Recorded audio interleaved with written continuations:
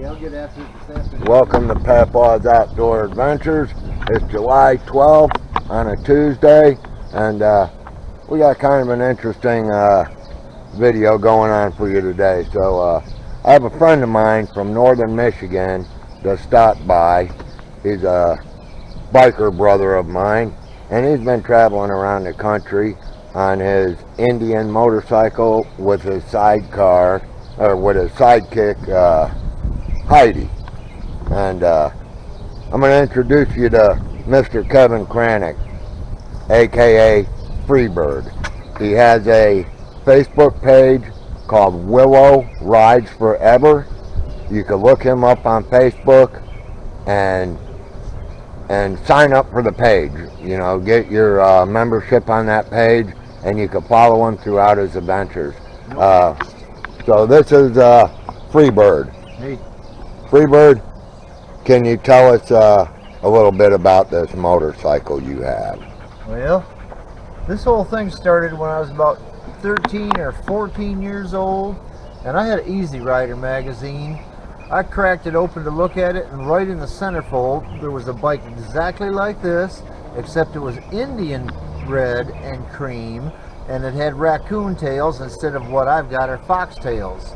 So when I looked at that, and I kept looking at it as a kid, I go, one of these days I'm going to get one of those. And it has been, well, it's been an awful long time when I didn't get one.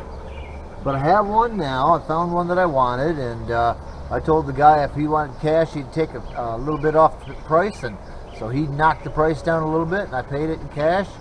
I'm real happy that this bike is completely mine from day one. So I don't have to worry about a bank coming after me or nothing like that. The only thing I got to find out looking for is where I'm going to go next, because I've been riding my bikes. I've had 5 different ones. I still own every single one of the bikes that I have owned and ridden in the past. They sit around the house waiting for me to take a dirt dive, and they're all going to my children. I got 3 boys and 8 grandchildren, and between all of them, they're all going to have a bike, or they're going to have a parent with a bike. So we'll get them all hooked into this one. So in the meantime, I've always wanted to be around. Business took me places that I had to go. Work had to be places that I didn't want to do, but they were all about making enough money to buy something like this, and I'm real happy that I did. So what I've decided since then is at least once a year I'm going to go on a long haul ride. When I say long haul, I mean over 2,000 miles, and this is the 4th year that I've done it. The first year was the first time that I ever went to Sturgis. I had always been afraid of, or didn't really want to make that long 1,000+ mile ride by myself. So I did get hooked up in with a group, and there were 8 of us all together, and they set a date for a Monday, and I had my own business, so well, I'll work right up until the day before, so I'll have as much cash in me as I could. And they called me, and I was booked up until Monday night, and they called me on Monday night on Sunday night, and told me that they had changed their minds and they were leaving on Sunday. Well, I can't leave my customers hanging because I work by myself and for myself. There's nobody else to do that job for me, so I told them, go ahead, I'm going to take off on my own. So that day I did all my work on a Monday. I got done about 8 o'clock at night, loaded up everything on the bike, and I left out of there about 10:30 or 11 o'clock at night, and I did a 22-hour straight run from northern Michigan, Petoskey, all the way over to Sturgis. Did it all by myself, had a great time, met some fantastic people, got to be brothers with people that were camping with me. Since then, they've hooked me into their club, an honorary club. I'm not actually patched in, but I'm an honorary member, which was a real compliment I took it as. So the following year I took off. I was going to run to Sturgis again and maybe a few other places, but I took off again all by myself, and we took off and we got there. I think it was 21 hours we made it on that one, and threw down, got my tent put up, and started doing the life again with the not just the 2 members of the club I met before, but about 15 of the brothers and all of their families and their sisters, wives, the whole families were all there. Spent the entire 10 days with them at Sturgis. Went lots of places and lots of fun. Got to meet new people. I was real happy about that one. On the last day of that trip, we went over to the Buffalo Chip, and they had a Molly Hatchet concert. So we went to that one, and somebody else that ran into me, and she was pretty and she was cute, and we took a ride for probably about another 1,500 miles. We went all the way through the Grand Tetons and down Yellowstone, into Colorado and the mountains there, and back up to Wisconsin. We went to a Indian motorcycle rally in Wisconsin, and we took off from there and followed our whatever road took us down south and east. Went down through Kentucky, Tennessee, South Carolina, and jumped into North Carolina, and then things didn't work out so well. She was definitely not a person that was meant for the road, but so we put an end to that one, and then I took off on my own and went back north again and wound up myself back up into Michigan. So we did that then. That was in August, into September. The third year would have been last year, and when we did that last year, we did the same thing.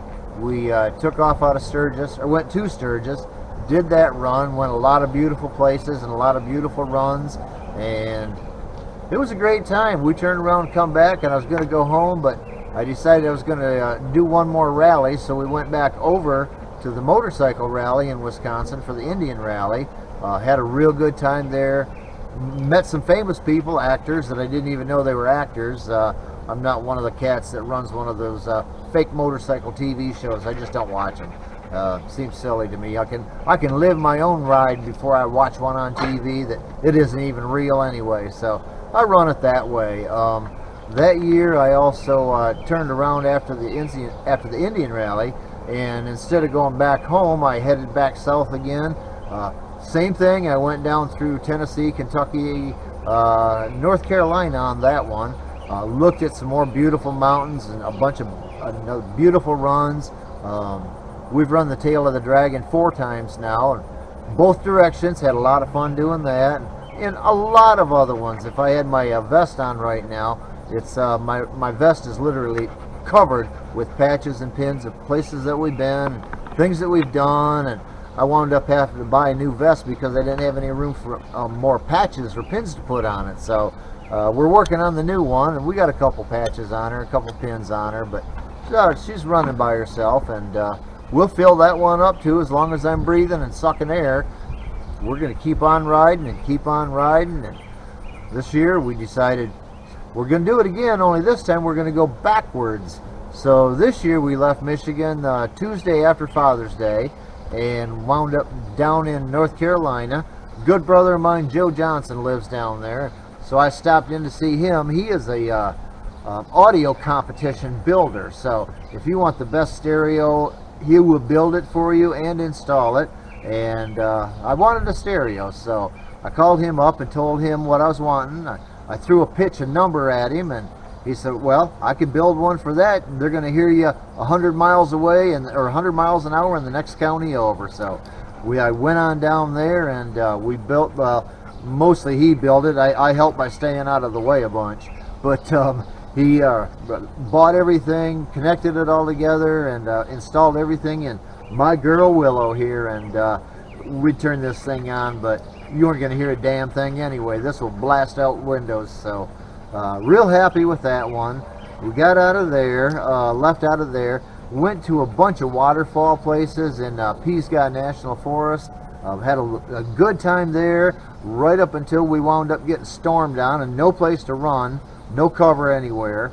For the first day, we got all dried off. Second day, we did it again, got downpoured on again. On the third day, we got downpoured again, and that's when I decided I was tired of being over on the east side of the Appalachians. So we crossed over the mountains and got over into the other side of North Carolina, and just driving down the highway, and we stopped and got gas, and a lot of people stopped for us at gas stations and asked to take pictures. And the only thing that I'll ever ask anybody that wants to take a picture is, We've got the site on Facebook. It's called Willow Rides Forever, and it's written on the back or painted on the back side of the sidecar. So I just ask people, see where the picture is, tell them where you found us and wherever it might be. So we did that. We were in a little town called Cookeville, Tennessee, and somebody came up, wanted to take a picture of us. So I like, yep, and can you put it on this Facebook site for us so people know where we're wandering at? And she did, and immediately one of my fine brothers, Zigzag, was on Facebook. He saw my picture get posted on there that I was in Cookeville, and he knew, I did not know. Another fine brother of mine from the club is Batman. He lives over in Carthage, Tennessee, which is about 30-40 miles away. So we decided, Batman called me up and told me where he was and gave me directions. So we went and spent all of Sunday and half of Monday with them on that little trip. From there, I decided I was going that close to the antique archaeology shop. That's from the American Picker Show.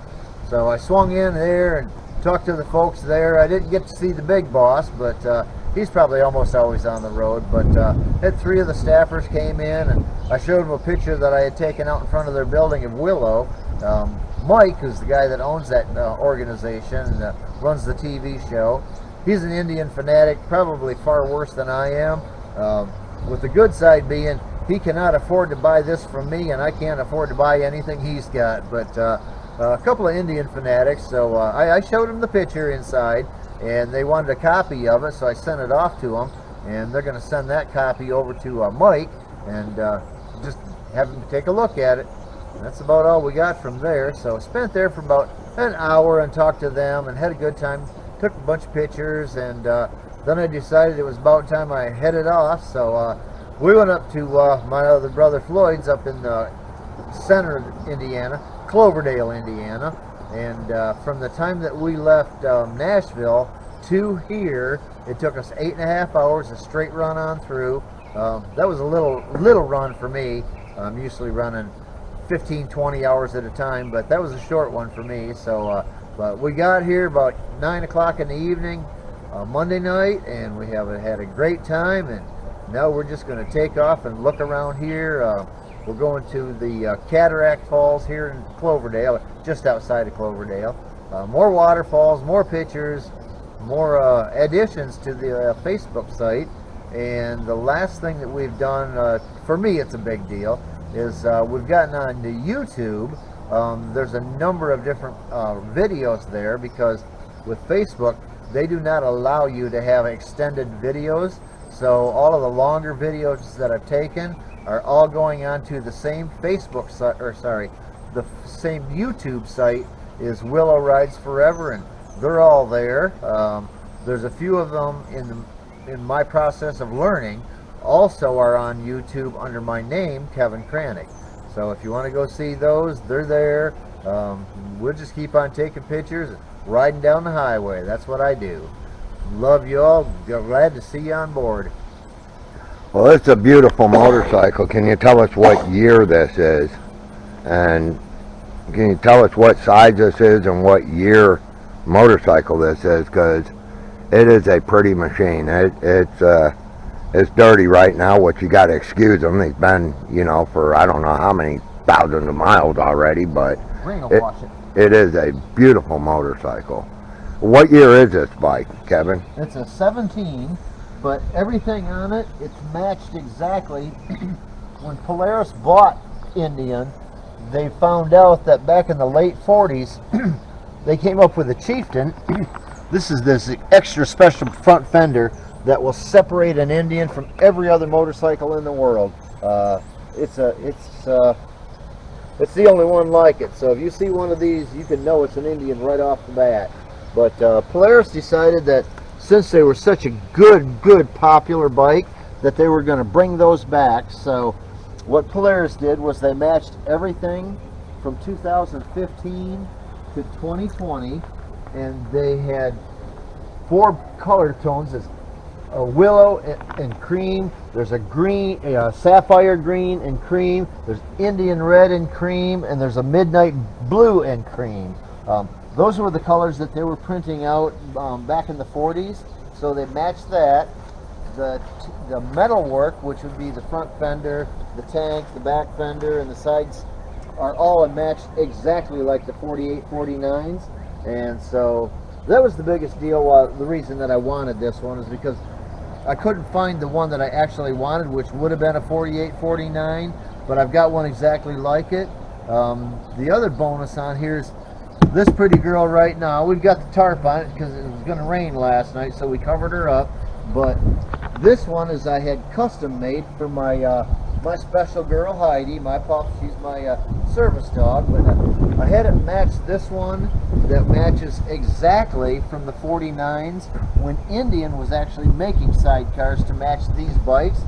So this one too is an exact model of the 49 Chiefs sidecars, and back then they called it Princess, so you'll never wonder why I call that sidecar Princess. So I've got Willow as my motorcycle, Princess is my sidecar, my favorite girl is Heidi, my service dog, and then you got Freebird. Used to be called Wild Man growing up, but the new club that inducted me in my honor, they decided that because of my travels, my free care, I don't care, I could take a hard left just because I saw something pretty and wanted to go see it. Plans are nice things to follow, generally speaking, but I'll just go wherever my eyes take me, and that's what I do, and I will continue to do that until I stop breathing. All right, so let's hear from Heidi. What do you think of all that, Heidi? She's such a pretty girl. So smart, so pretty. What kind of dog is Heidi? She is a Bernese Mountain Dog. This one's a female. The females are smaller than the males. For Heidi, her mother was 80 pounds when she was born, and her father was 150 pounds. So the AKC says she's probably going to land somewhere between the 80 and 150 pounder. She's a year and a half old now. When I took her in for her first annual with the veterinary, they said that she was 80 pounds. I'm going to guess now, 6 months later, she's probably around 85 or 90, somewhere around in there. And in my communication with AKC, they said that she will stop growing generally about at 2 years. So I'm thinking maybe she's going to land permanently somewhere around the 110, 115 pound range, something like that. She is beastly strong. These animals were first bred back in World War I in Switzerland, Bern. That's why they call them a Bernese Mountain Dog, with Bern being the capital of Switzerland. They were bred for being up in the mountains for World War I to pull carts of ammunition, medical supplies, anything that was put into a cart. These dogs were built to take them up into the mountains. They're all related to what they call a tricolor group. You'll see these are Bernese Mountain Dogs. There's another one, it's a Swiss Mountain Dog. The big ones that probably most of you have all seen are all St. Bernards, which are monster dogs. They probably put those in the steepest mountains because those dogs are magnanimously huge. So she was out there when the World War I was over with, and they had all of these animals. They weren't sure quite what to do with them, so they kind of trained them all over years into all being shepherds of some type or another. Could have been cattle, could have been sheep, could have been goats, any farm animals that they kept an eye on those, like herders would. And but very, very strong. Without going into a lot of detail, I've got some pretty serious physical problems. So if I fall down, she's been trained to pick me back up again, or to help me get back up. She's also been trained that if I go down and she can't get a hold of me or get my attention, like I've had a heart attack or something like that, she's been trained to go after, find somebody and get their attention to get them back to where I was or when she left. But so far, I've had not either problem. A little bit of trouble getting up every now and then, but not a lot. So we're doing really, really well, and I just love her. She's so strong. She's so smart. Most of the time, I gotta tell you, nobody's taking pictures of me. They're taking pictures of the bike, the sidecar, and Heidi. I'm just following along for the ride. I'll be the runner while they are the co-pilots, and but everything we do it together. I go no place without her. I don't even go. Benefits are that she is my service dog, so she is allowed everywhere. We already know the laws on that are the American Disabilities Act, but we got it all gone. She's always with me. I'll always be with her, and I'll stay that way until I'm gone. That was a great story. Heidi, we appreciate your service. And thanks, Mr. Freebird, for this interview. And we'll see you on YouTube channel. And we'll get over to Willow Rides Forever on Facebook and YouTube. That's Kevin Cranick on YouTube. And get over there and check out his channel and check out his Facebook page. And for now, we got the 2 grandkids, and Heidi's in the car, and we're getting ready to get out of here, and we're going to go check out the largest waterfalls by volume in the state of Indiana. So we'll see you when we get there. Bye. Go, Ken.